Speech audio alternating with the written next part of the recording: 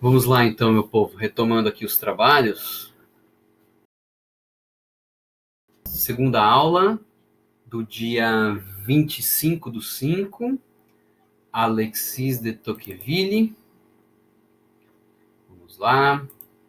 Então, só para recapitular, né? Então, falando, na última aula nós falávamos sobre Tocqueville, sobre o objeto de estudo dele, que era aquela novidade da sua época, que é a nascente democracia, principalmente representada pelo modelo norte-americano, um modelo novo, inédito, com uma série de releituras. E a maior preocupação do Tocqueville é justamente se a democracia, que é inerente a ela, a igualdade, qual seria o preço dessa igualdade. Nas pistas que ele caminha, ele receia que se esse modelo de democracia não estiver bem organizado, esse modelo de igualdade inerente à democracia pode sacrificar, pode gerar um grande prejuízo para a liberdade, tá? Só para retomar aqui, então, vamos continuar. Processo democrático. Segundo nosso amigo Tocqueville, o processo democrático, e aqui é interessante a gente colocar o termo processo, tá? Ele não usa bem essa palavra, mas eu estou usando aqui para mostrar para vocês que na visão de Tocqueville, a democracia ela não se institui da noite para o dia, tá? Nem com as melhores regras constitucionais. O fenômeno da democracia ele é algo processual, ou seja, é aquilo que vai se constituindo e se consolidando com a medida do tempo, com amplo e diuturno esforço.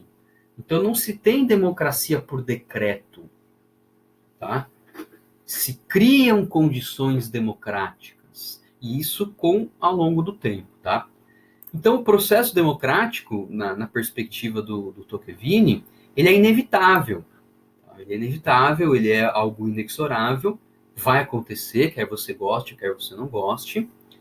Ele tem uma tendência a ser universal, ou seja, isso acontece na América do Norte, na época dele, e aconteceria em outros lugares do mundo, seria algo universal, além de inevitável.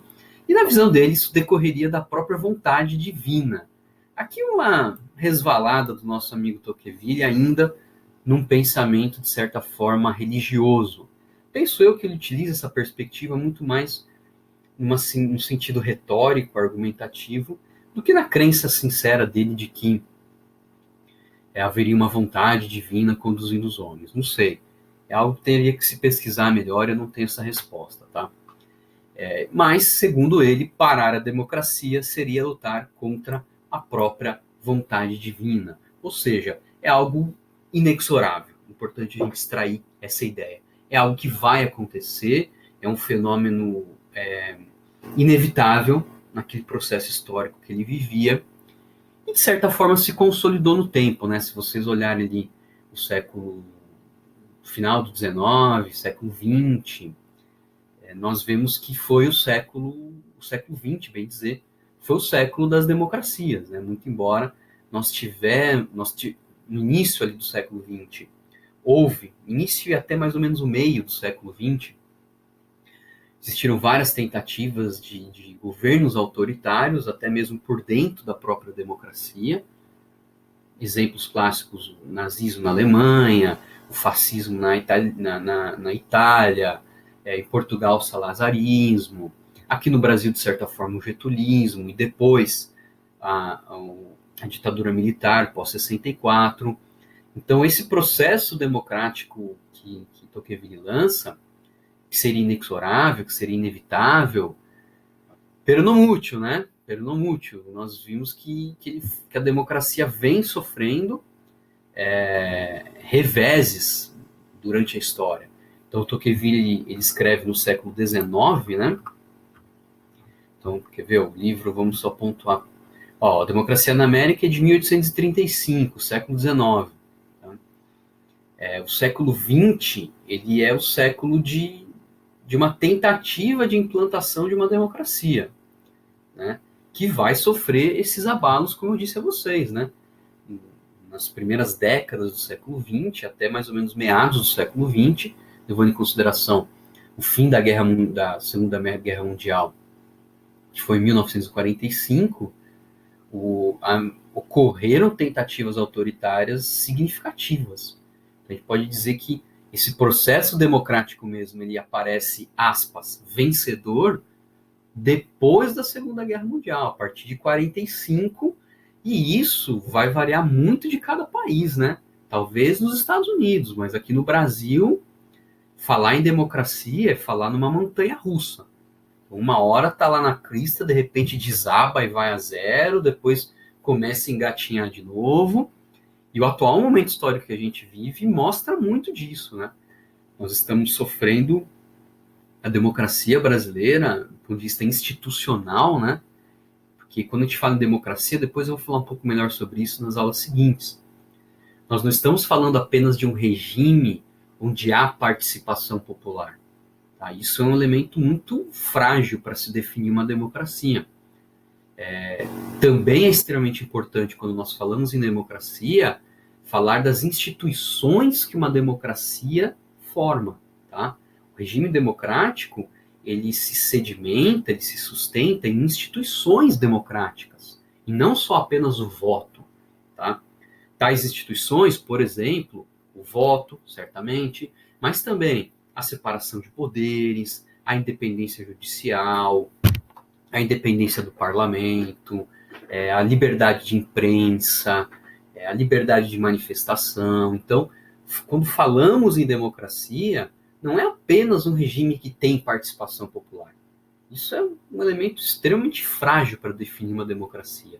A democracia também se define pelas suas instituições, pelos seus direitos, tá? Mas então, segundo o nosso amigo Tocqueville, o processo democrático seria inevitável, seria universal. Aí a gente viu, acabou de ver que isso, em termos, aconteceu, tá? Em alguns países não aconteceu, beleza? Então não sei se até que ponto aqui o Tocqueville estava certo que a democracia seria de fato um fenômeno inexorável, tá? Parar a democracia seria lutar contra a vontade de Deus. Bem, na verdade, desde a década de 60 do século passado, pelo menos no Brasil, a gente está lutando muito contra a vontade de Deus, porque existem golpes reiterados à democracia. É um sistema, segundo Tocqueville, a democracia é um sistema que promove um constante aumento da igualdade de condições. É um processo igualitário que se move como uma lei necessária da história. Então, ou seja, o que ele quer dizer aqui? Esse processo democrático necessariamente traz igualdade. Aquilo que nós falamos no vídeo passado. A igualdade aqui, basicamente, é a igualdade do ponto de vista jurídico, tá? Todos são iguais perante a lei, o fim daquele regime estamental do antigo regime monárquico, aristocrático, mas também o Tocqueville não deixa escapar uma certa relação que existe no sistema político democrático e também, do ponto de vista econômico, a redução de desigualdades do ponto de vista econômico. Então, dá para incluir nessa noção de igualdade inerente à democracia não somente a igualdade jurídica, formal, todos são iguais perante a lei, mas também um regime político que tende tá, a reduzir as desigualdades sociais, as desigualdades de riqueza, as desigualdades de oportunidade, as desigualdades sociais. Tá? Vou falar um pouco melhor agora em seguida. Então, esse processo igualitário é como se fosse uma lei necessária da história, um devir necessário da história. E até que fiz uma observação. Né? Se para o Karl Marx a história é a luta de classes, para Hegel a história é o desenvolvimento da liberdade, para Tocqueville a história é o devir da igualdade, é o desenvolvimento da igualdade que virá com a democracia. Beleza? Para Tocqueville, o processo democrático estaria mais avançado nos Estados Unidos, como nós vimos. Mas ainda, certamente, incompleto. Tá? Então isso é importante. Em nenhum momento ele vê nos Estados Unidos o paraíso na Terra, não é isso. Ele está vendo uma democracia em formação, está notando que ali é o país onde tem maior desenvolvimento dessa formação, mas que está incompleto ainda. Tem uma série de coisas a se remediar. Depois a gente vai falar um pouco melhor sobre isso, tá? Cada país tem o seu próprio desenvolvimento democrático na perspectiva de Tocqueville. Muito embora, na visão dele, esse processo democrático seja inevitável e universal, ele não vai acontecer na mesma medida e na mesma proporção e na mesma qualidade até em todos os países simultaneamente. Nós teremos variantes. Isso vai mais ou menos o que eu falei para vocês anteriormente, né? A democracia no século XX vai tomar porrada até mais ou menos os meados do século e vai começar realmente a se consolidar em meados do século XX. Isso se a gente levar em consideração os Estados Unidos, né? Isso se a gente levar em consideração os Estados Unidos. Se a gente levar em consideração países da América Latina, como o nosso, a democracia vai continuar apanhando até a década de 80, gente. Até a década de 80. Então, se vocês olharem a história constitucional do Brasil, a história política do Brasil, ter democracia é exceção. A regra no Brasil foram governos autoritários, autocráticos, com pouca democracia. E essas estruturas, esse pensamento antidemocrático que está dentro do nosso DNA brasileiro, ele existe até hoje. Ele existe nas instituições, ele existe nas pessoas, ele existe nas leis, tá? Então é algo complexo que a gente tem que estar sempre de olho. Principalmente aí vocês como estudantes do direito, é essencial que vocês tenham esse compromisso com a construção democrática. Porque, muito embora os vários problemas que ela traz, certamente ela é o menos pior. Mas vamos continuar. Então, cada país tem o seu próprio desenvolvimento democrático, tá? O que vai ser determinante para maior avanço será a ação política de seu povo. Então, isso é interessante. Esse processo democrático, ele vai variar de país para país. E um dos elementos essenciais que vai definir o maior avanço desse processo democrático, ou o maior retrocesso desse processo democrático, é o fenômeno humano, é o fenômeno povo, é a ação política da população. Isso é algo extremamente importante que, de certa forma, a gente já visualizava lá em Maquiavel. Lembram? Lá em Maquiavel, quando nós falávamos sobre o sistema republicano, em Maquiavel, ele colocava o povo e a ação política e a participação política dentro dos canais institucionais como essencial para o sistema republicano. O Tocqueville, de certa forma, retoma essa perspectiva e diz, o processo democrático ele vai ser efetivo, ele vai se acelerar em povos em que tenham uma população que compre a democracia, em termos mais didáticos, ou seja, em uma população que se assuma como um sistema democrático e que queira a democracia. Então isso é extremamente importante, quando a gente vê o povo na rua, quando a gente vê a participação popular das pessoas, ainda que de uma forma difusa, ainda que de uma forma até meio irracional, isso é uma característica inerente, é uma característica essencial da democracia.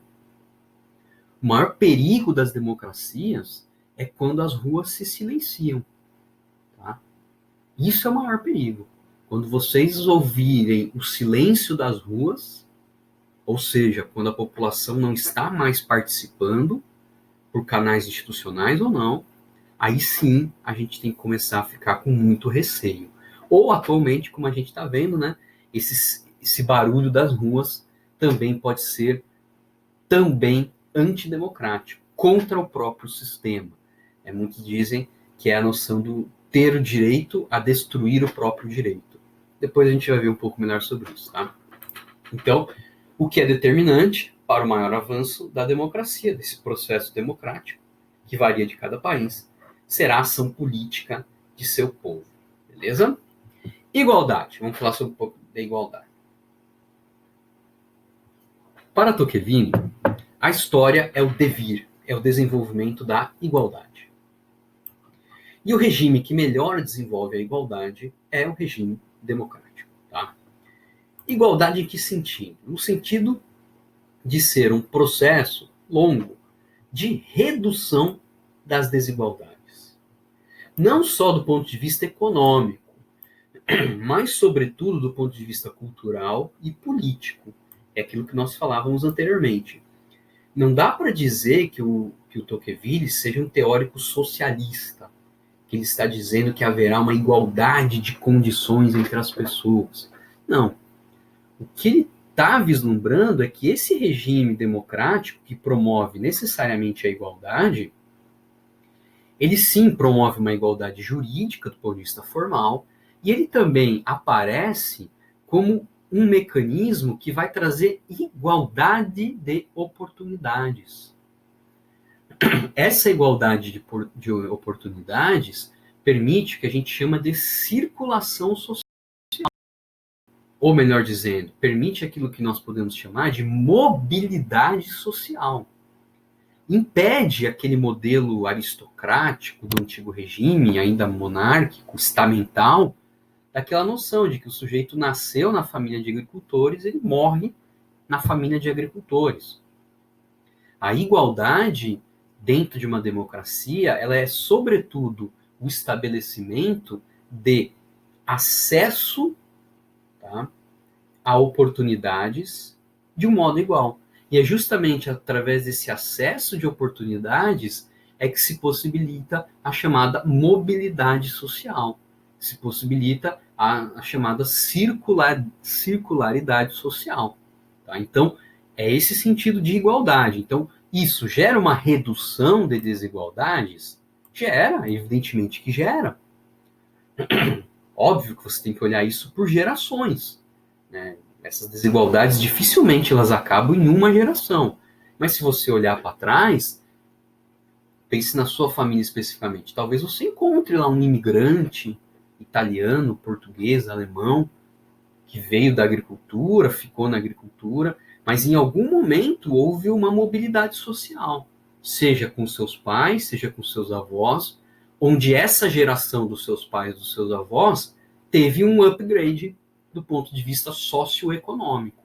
Tá? Não mora mais em condições de abandono, muitos já têm uma casa própria, outros já são formados em um curso superior, e essa geração vai se reproduzindo aonde? Em você. Então, teoricamente, você carrega o ônus, tá, de manter esse processo de redução de desigualdades da tua genealogia. Tá? Ou seja, você tem, de certa forma, uma obrigação de ser melhor que seus pais. Melhor do ponto de vista socioeconômico.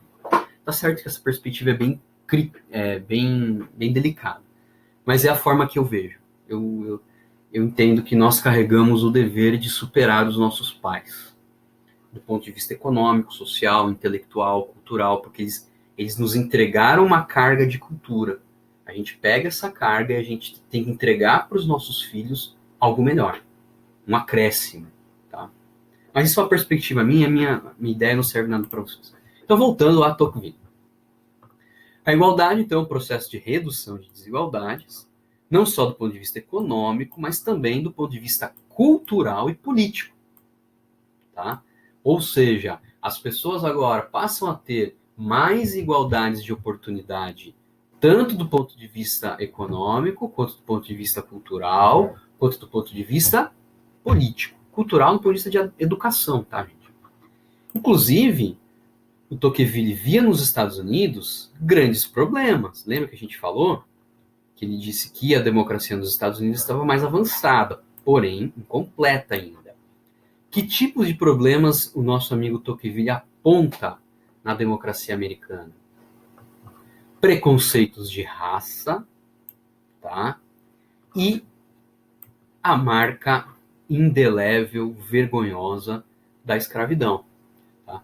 Que, mesmo após a abolição, geraria uma grave segregação dessa população negra. Nesse ponto, Tocqueville ele foi assim incisivo e acertou na mosca. Né? Até hoje, nos Estados Unidos, esse preconceito de raça e essa segregação ainda é extremamente presente. E não é só nos Estados Unidos, não, tá, gente? No Brasil também. tá? O Brasil tem que se assumir como um país racista, tá? Não muito diferente dos Estados Unidos. Nós somos um povo ainda extremamente racista. Existe sim um racismo estrutural no Brasil em vários níveis, tá? E isso a gente precisa assumir. Precisa assumir. E não é feio assumir esse racismo, muito pelo contrário. É essencial assumir esse racismo estrutural justamente para poder superar ele, ok? Mas então, ele mostra que os Estados Unidos é o mais envolvido, mas tem uma série de problemas. E esse problema vai refletir, evidentemente, sobre a questão da igualdade. Sobre o racismo nos Estados Unidos, eu recomendo 2 documentários que tem na Netflix. O primeiro deles se chama 13ª Emenda, que fala sobre a emenda constitucional americana, de liberação dos escravos, mas mostra como, mesmo após a abolição da escravidão, houve uma gravíssima segregação de negros. Também um outro filme do Netflix, agora me esqueci o nome, também fala sobre a questão recente agora, uns meninos que foram acusados lá de um assassinato no Central Park, esqueci agora o nome.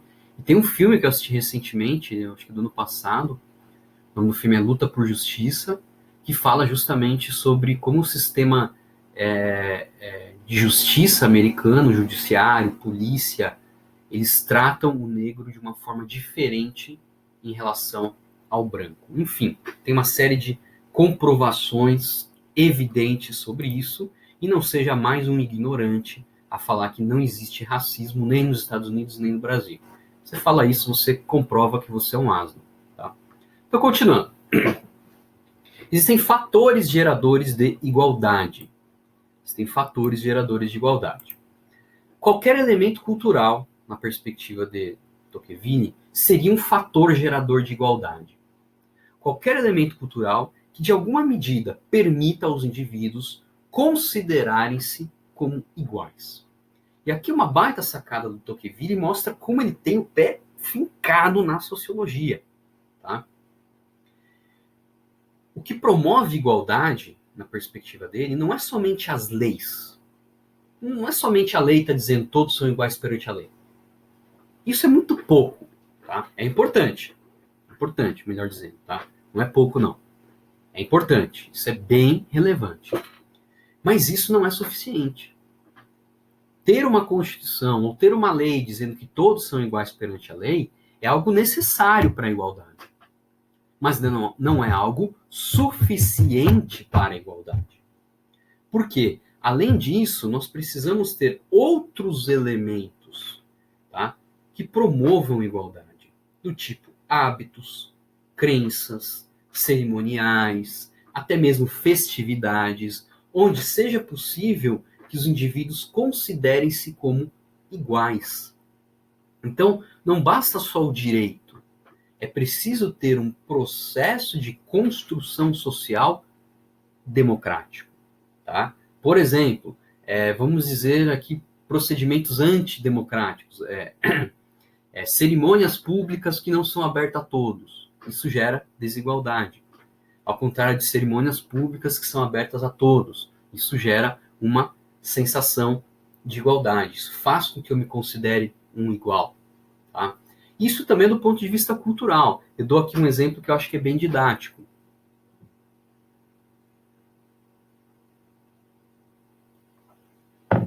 Acontecia no passado, hoje não acontece mais, mas dá para a gente usar outros exemplos. Tá? Fila de banco. No passado eu ia muito em banco para pagar conta. Tá? Ia lá no banco, você está na fila do banco lá com o teu boletim para pagar. Se você vê alguém que fura essa fila, você vai admitir isso? Você vai sim, aceitar isso como algo normal? Não. Você não vai aceitar. Por quê? Porque culturalmente nós já estamos impregnados dessa noção de que não é justo privilegiar ninguém. Se é uma fila de banco, cada um pega o seu lugar e vai chegar a tua hora. Tá? Então existe aqui um elemento cultural, tá, que faz com que eu, Maurício, me considere como um igual. Me considere como um igual. Agora eu vou dar um outro exemplo, bobo, mas que eu acho que é didático. Tá? Vocês conhecem muito bem o Beto Carreiro. Provavelmente já foram 1000 vezes. Depois que você tem filho, você vai pelo menos umas 3 vezes por ano. É um inferno. Beleza. Lá no Beto Carreiro existe um sistema que é um Pace Fast, alguma coisa assim. Um passaporte que você paga um pouco mais, ganha uma pulseirinha, e com isso você consegue furar a fila. Tá? Então, enquanto a população está lá esperando 2 horas no brinquedo para sua vez, essas pessoas que pagaram mais, este Fast Pass, se não me engano é esse o nome, elas vão e furam a fila e entram direto no brinquedo. Tá? Não vou entrar aqui em muitos méritos sobre isso. Eu paguei mais, etc. Não vou entrar. Tá? Mas esse método, na visão de Tocqueville, seria altamente antidemocrático e contra a igualdade. Porque seria um procedimento onde as pessoas não estão sendo tratadas como iguais. E eu utilizo como requisito de diferenciação apenas o critério econômico. Alguém que tem mais dinheiro paga mais para passar na frente dos outros que não têm. Tá? Isso é uma analogia boba, mas mostra como a noção de democracia e a noção de igualdade não decorre somente de leis ou da Constituição, mas decorre também do próprio povo se sentir uma democracia e criar práticas, culturas que permitam que os indivíduos considerem-se como iguais. Qualquer distinção social que não tenha uma justificativa plausível é algo antidemocrático que gera um prejuízo para a igualdade. Ok? Então, ele traz aqui um exemplo. Uma lei que declara todos iguais perante a lei, como eu falei. Tá? Cerimônias públicas que são abertas a todos, ou até mesmo eventos privados, tá? Onde não existe distinções apenas pelo critério econômico apenas. Qualquer distinção é pelo critério exclusivamente econômico, ele acaba gerando um mecanismo de desigualdade, o que, de certa forma, é prejudicial à democracia. Possibilidade de acesso igualitário a espaços públicos. Isso, na época, para Tocqueville, é uma grande novidade. Tá? Tendo em vista que a sociedade que existia antes de Tocqueville, de certa forma, ele é um descendente dessa sociedade, como nós já vimos, ela era estruturada por um modelo totalmente estamental, onde existiam privilégios para nobres, para o pessoal do clero. Então, a partir do momento que você torna os espaços públicos igualitários a todos, independentemente de rico, pobre, etc., isso é uma prática, isso é uma cultura democrática, que é extremamente importante. Ok? Então, na visão dele, nada adianta, ou melhor dizendo, a lei igualando os indivíduos é algo necessário, mas não é algo suficiente. É necessário ter uma cultura democrática, no sentido de que todos sejam efetivamente tratados como iguais, no sentido de que todos tenham efetivamente as mesmas igualdades de oportunidade, no sentido de que as eventuais desigualdades, os eventuais tratamentos desiguais tenham um fundamento coerente e substancial que reforce a própria igualdade. Isso depois vai ser muito bem desenvolvido pelo autor que a gente já falou anteriormente, o John Rawls. Tá? Mas isso é bem depois, lá da década de 60, década de 70 do século 20. Porém, o nosso amigo Tocqueville, como nós vimos anteriormente, ele aponta uma certa fragilidade da liberdade. Enquanto a igualdade é a realização necessária da história, a liberdade não necessariamente. A liberdade, né, é extremamente frágil e precisa que seja cultivada e protegida. Então é aquilo que nós falávamos já no início, acho que no primeiro vídeo, né? No início do primeiro vídeo.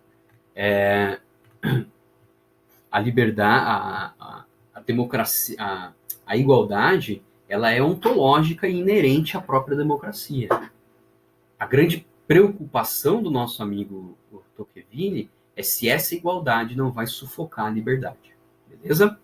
No próximo vídeo nós começamos a falar sobre liberté.